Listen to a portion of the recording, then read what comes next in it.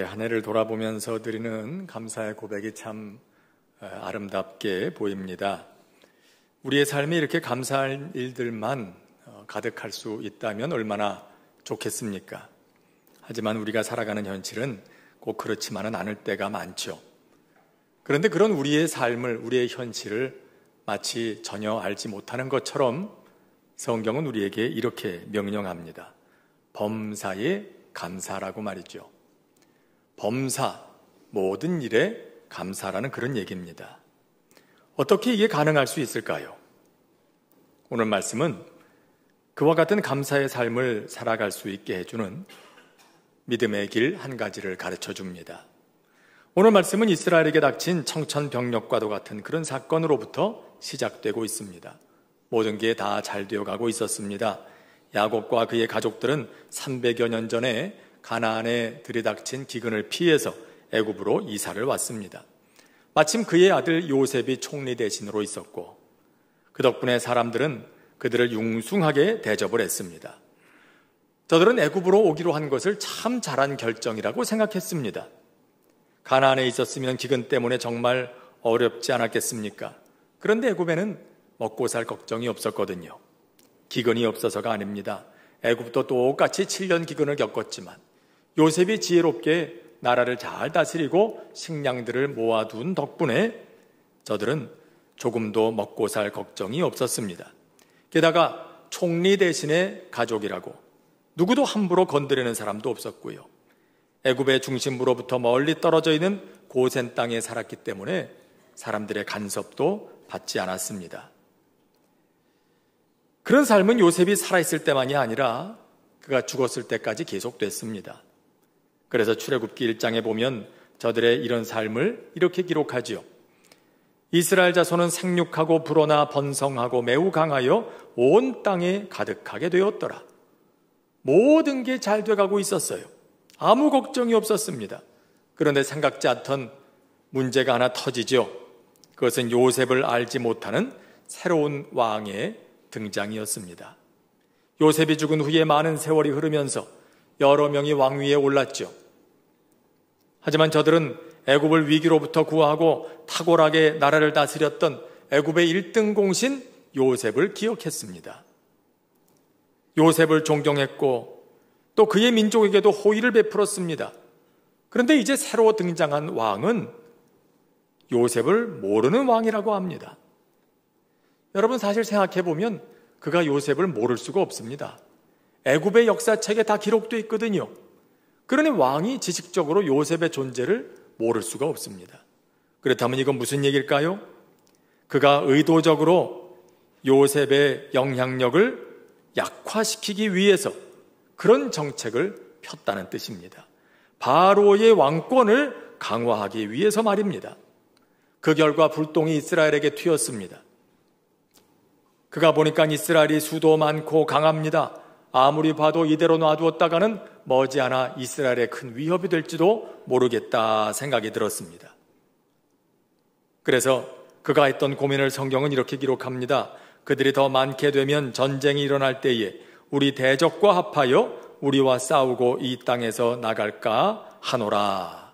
애굽의 변방에서 번성하고 있는 그 이스라엘이 혹여라도 이웃나라와 손을 잡고 애굽에 대항하면 아예 큰일이라는 거죠. 그래서 아예 싹을 잘라버려야겠다. 그렇게 마음 먹고 저들의 자유를 빼앗았습니다. 노예로 삼아버렸습니다. 저들 위에 감독을 세우고 성을 짓는 고된 일에 동원했습니다. 딴 생각하지 말라는 거죠. 자유인으로 번성하고 행복했던 그 사람들이 졸지에 자유를 뺏기고 노예가 되고 세상에서 가장 불행한 삶을 살기 시작했습니다. 마른 하늘에 날벼락 같은 일이 벌어진 거죠. 사실 우리도 살다 보면 이스라엘이 그랬던 것처럼 우리를 당혹스럽게 만드는 사건들을 만날 때가 있습니다. 잘 돼가는 듯 하다가 갑자기 일이 틀어집니다. 크게 혹은 작게 이스라엘이 겪은 것처럼 그런 일은 아니라 할지라도 말입니다. 생각지 못한 때 생각지 못했던 방식으로 나타나서 우리를 당혹스럽게 만드는 일이 있는 거죠. 경제적인 위기, 재난의 위기, 건강의 위기, 관계의 위기, 우리가 그 이름조차도 알지 못하는 여러 종류의 위기들이 여기저기서 우리를 도사리고 우리를 노리고 있습니다. 하지만 그런 우리에게 오늘 하나님께서는 복된 소식 하나를 알려주십니다. 오늘 말씀을 한번 보십시오. 이스라엘이 위기를 만난 바로 그때 한 아이가 태어났다 합니다. 성경은 그의 이름이 모세라고 하지요. 여러분, 모세가 누굽니까? 장차 이스라엘을 노예의 자리에서부터 해방할 위대한 지도자 아닙니까?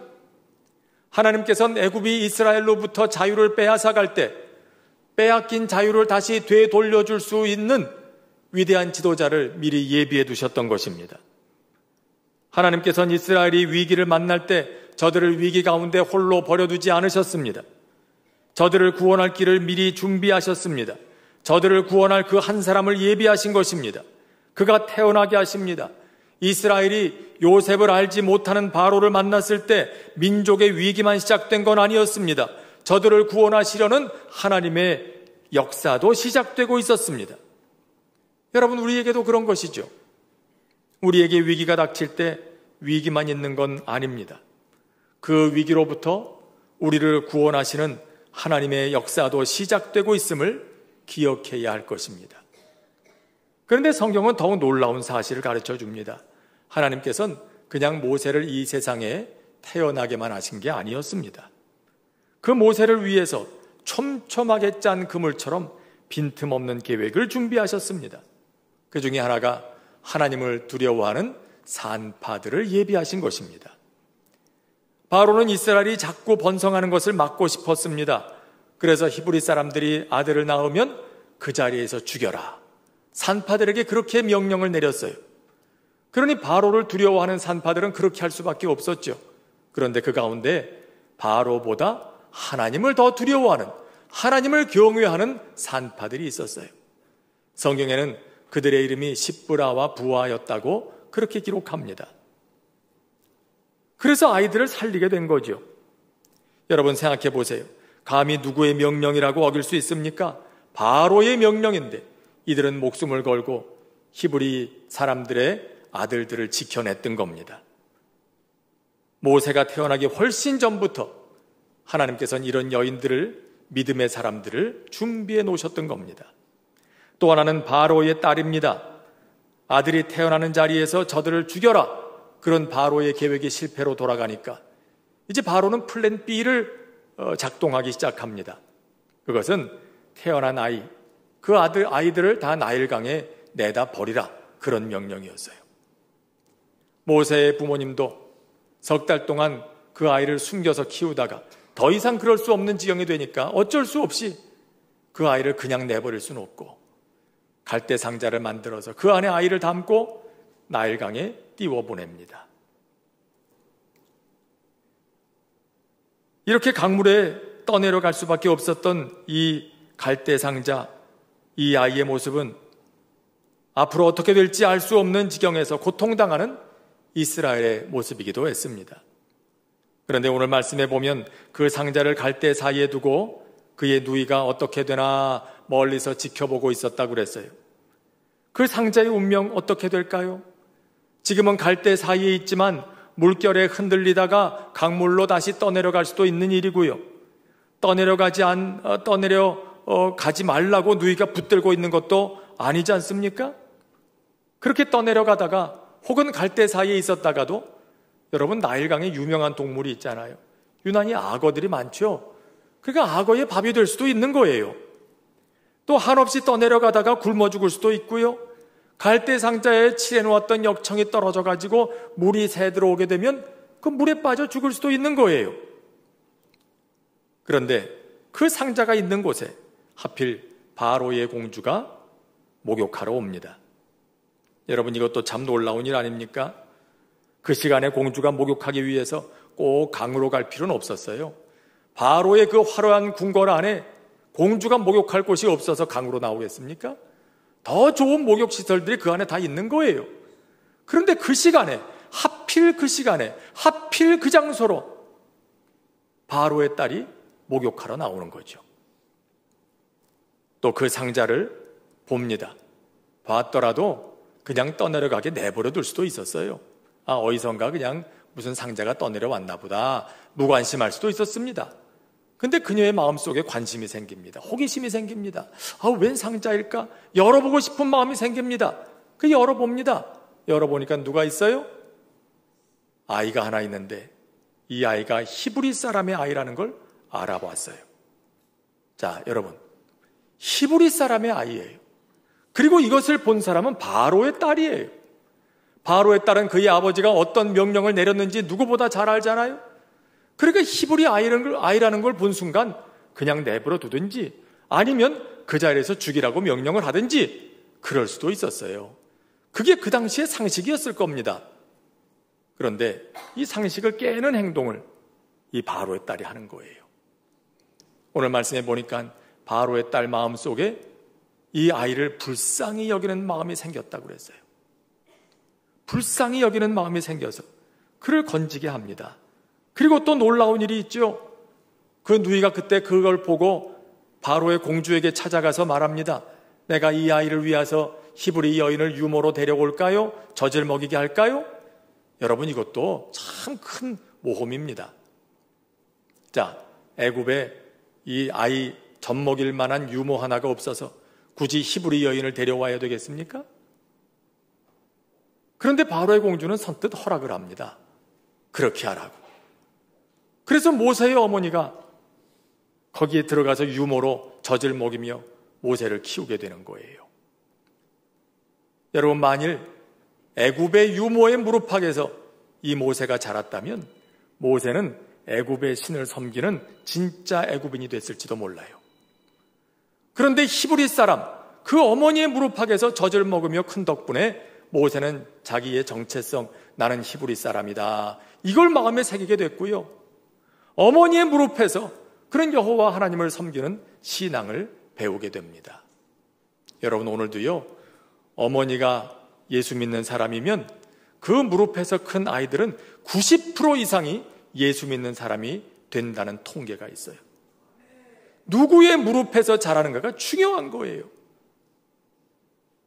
그러니까 이 모세가 애굽의 그 수많은 여인들의 무릎이 아니라 히브리 여인, 그것도 그의 친어머니의 무릎에서 클 수 있는 기회를 갖게 됐다는 것. 여러분, 이 모든 사실들을 종합해 볼까요?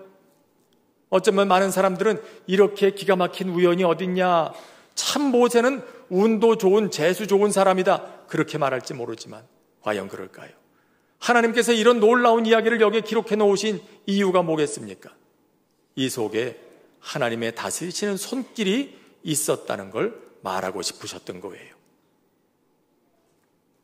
하나님께서는 모세를 살리시기 위해서, 또 모세를 통해서 이스라엘이 구원을 얻게 하시기 위해서 모세가 누워있는 갈대 상자가 공주가 목욕하는 곳에 있게 하시고 장소를 다스려 주시고, 또 공주가 목욕하는 시간에 딱 맞춰 그 앞에 있게 하시고 시간을 다스려 주시고, 공주의 마음속에 그를 불쌍히 여기는 마음을 갖게 하시고 그의 마음을 다스려 주신 거예요.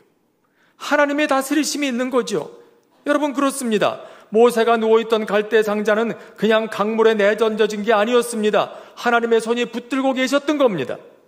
이스라엘의 운명은 그냥 바로의 손에 던져진 게 아니었습니다. 너무나도 당혹스러운 위기를 만났지만 저들은 여전히 하나님의 손 안에 붙들려 있었다고 오늘 성경은 우리에게 이야기하고 있는 거죠. 여러분, 오늘 우리의 삶은 어떨까요? 우리도 때로는 모든 것이 잘 되는 것처럼 보일 때, 갑작스런 인생의 풍랑을 만나게 될 때가 있습니다. 그러나 우리의 삶, 이 세계의 역사도 그저 내던져진 게 아닙니다. 이스라엘의 운명을 그 손에 하나님께서 쥐고 계셨던 것처럼 오늘 우리에게도 그렇게 하심을 믿을 수 있기를 바랍니다. 당장 우리 눈에는 보이지 않아도 여전히 하나님께서는 하나님의 역사를 이루어가고 계신 겁니다. 우리 앞에 위기가 찾아와도 하나님께서는 이 모든 것을 다스려서 또 하나의 감사의 이유로 바꾸어 주시는 분이십니다. 얼마 전에 많은 사람들의 마음을 사로잡았던 흑백요리사라는 프로가 있었죠. 여러분도 좀 많이 보셨습니까? 거기에 출연했던 한 요리사가 이런 사연을 얘기한 걸 기억합니다. 그때 경연하는 그 과제 중에 하나가 인생 요리를 만들어 오라는 거였어요. 근데 이분이 그 인생 요리로 안동 국시를 만들어 갖고 옵니다. 여러분, 사실 경연할 때 이기려면 뭔가 기발하고 또 화려하고 심사위원의 마음을 사로잡을 만한 그런 음식을 준비해 와야 되지 않겠어요? 근데 이분은 소박하기 짝이 없는, 뭔가 대단할 것도 없는 국수 한 그릇 달랑 말아가지고 온 거예요. 그러면서 이분이 자기 이 국수에 얽힌 사연을 얘기합니다. 이분이 어렸을 때 그 집이 참 부요했어요. 하지만 아버지의 사업이 갑자기 실패로 돌아가면서 가세가 완전히 기울게 됐고, 아버지는 그 충격으로 반신불수가 돼버립니다. 어쩔 수 없이 어머니가 시장 한 구석에서 노점을 운영하면서 국수를 삶아서 팔 수밖에 없었어요. 근데 그때 어린 시절에 이분은 그 국수가 너무 싫었대요. 죽기보다도 먹기 싫었대요. 하도 먹어서 질렸기 때문이기도 하겠지만 그 국수를 볼 때마다 자꾸만 그런 생각이 나기 때문이래요. 우리는 가난하다. 나는 가난한 사람이다. 늘 국수를 볼 때마다 그 가난이라는 글자가 자꾸 떠올라서 너무 싫었다는 거예요. 국수를 보기도 싫고 먹기도 싫고 죽기보다 싫었던 국수인데, 그런데 그 국수를 삶아 팔던 어머니가 당뇨 합병증으로 두 눈을 수술을 받게 됐어요. 그러니 어쩝니까? 이 딸이 어머니에게서 국수 삶는 법을 배워야만 했어요. 어머니의 뒤를 이어서 국수 장사를 합니다. 그런데 이제 돌아보니까 이 국수 덕에 내가 살았고 가족들이 살았고 부모님을 모시게 됐고 아들, 딸들에게 맛있는 것 사줄 수 있게 됐다. 그러면서 이분이 얘기해요. 그렇게 죽기보다 먹기 싫었던 국수가 지금 저한테는 최고의 은인이 된 거죠. 내가 그렇게 싫어했던 이 국수가 우리를 살렸어요. 이 국수는 제 인생의 기적이고 최고로 감사한 음식입니다. 그래서 그 인생 스토리를 담아서 이 안동 국시를 내놨다는 거예요. 그 국수 한 그릇이 달라 보이더라고요. 그냥 국수가 아니었어요. 그 국수는 그 요리사의 인생이었어요. 인생. 여러분, 그렇지 않습니까? 때로는 가장 힘들었던 일조차도 가장 감사한 일로 인생의 기적으로 바뀌는 일이 일어나는 겁니다. 하나님의 손길이 닿으면, 하나님께서 다스리시면 이런 일이 일어나게 되는 것입니다.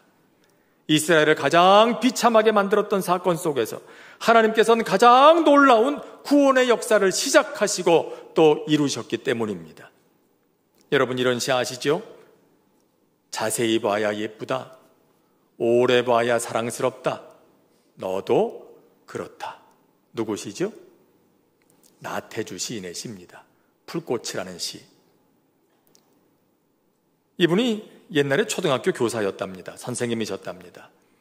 아이들이 분명 다 예쁘지만 항상 예쁜 건 아니더래요.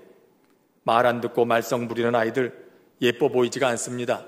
그런데 선생님이 돼가지고 아이들을 미워하면 되겠어요? 그때가 또 특히 교장으로 계시던 때였는데, 이놈들을 어떻게 내가 예쁘게 볼 수 있을까? 어떻게 하면 이 아이들을 예쁘게 볼 수 있을까? 이걸 고민하다가, 그래, 좀 더 자세히 보자. 좀 더 오래 보자. 그리고 그런 눈으로 보기 시작하니까 그 말썽 부리던 아이들, 그렇게도 꼴 보기 싫던 아이들이 예뻐 보이기 시작하더라는 거예요. 이 아이에게 이런 예쁜 게 있네? 이걸 보니까 이렇게 사랑스러운 면도 있네? 그런 걸 발견하게 되면서 거기서 영감을 얻어가지고 이 시를 쓰셨대요. 그러면서 이분이 하는 말입니다. 이 시는 그 말썽쟁이 애들이 내게 준 선물이었다고. 여러분, 사실 그렇지 않습니까? 그냥 대충 보면 보이지 않던 것도요, 자세히 보면 보입니다. 오래 보면 또 보입니다. 우리의 지나간 시간들도요, 대충 보면 뭐 그렇게 감사할 일이 있었나, 그렇게 생각이 됩니다. 그런데 자세히 들여다보고 오래 들여다보면 그 속에 뭔가 있어요. 내가 생각하지 못했던 그 무언가가 그 속에 있었다는 걸 우린 발견하게 됩니다. 여러분, 지난 한 주간 한번 여러분 지나오셨던 인생의 길을 되짚어 보셨습니까? 자세히 좀 들여다보셨습니까? 오래 들여다보면서 좀 뜯어보셨습니까? 뭐가 좀 눈에 보이셨습니까? 여러분 깊이 보면, 오래 보면, 자세히 보면 아, 이런 일도 있었구나, 저런 일도 있었구나, 이것도 감사, 저것도 감사. 성령님께서 우리의 눈을 여셔서 보게 하시는 것이죠.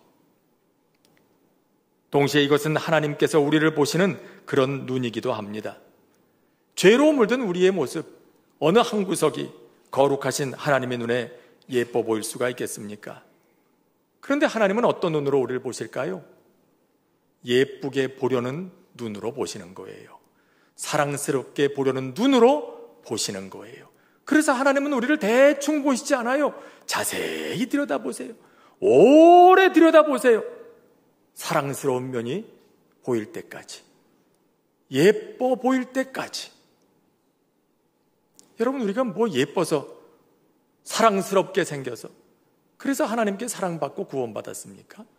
그거 아니죠. 하나님께서 그런 눈으로 우리를 보시기 때문에 오늘 우리가 구원받고 은혜 받는 거예요.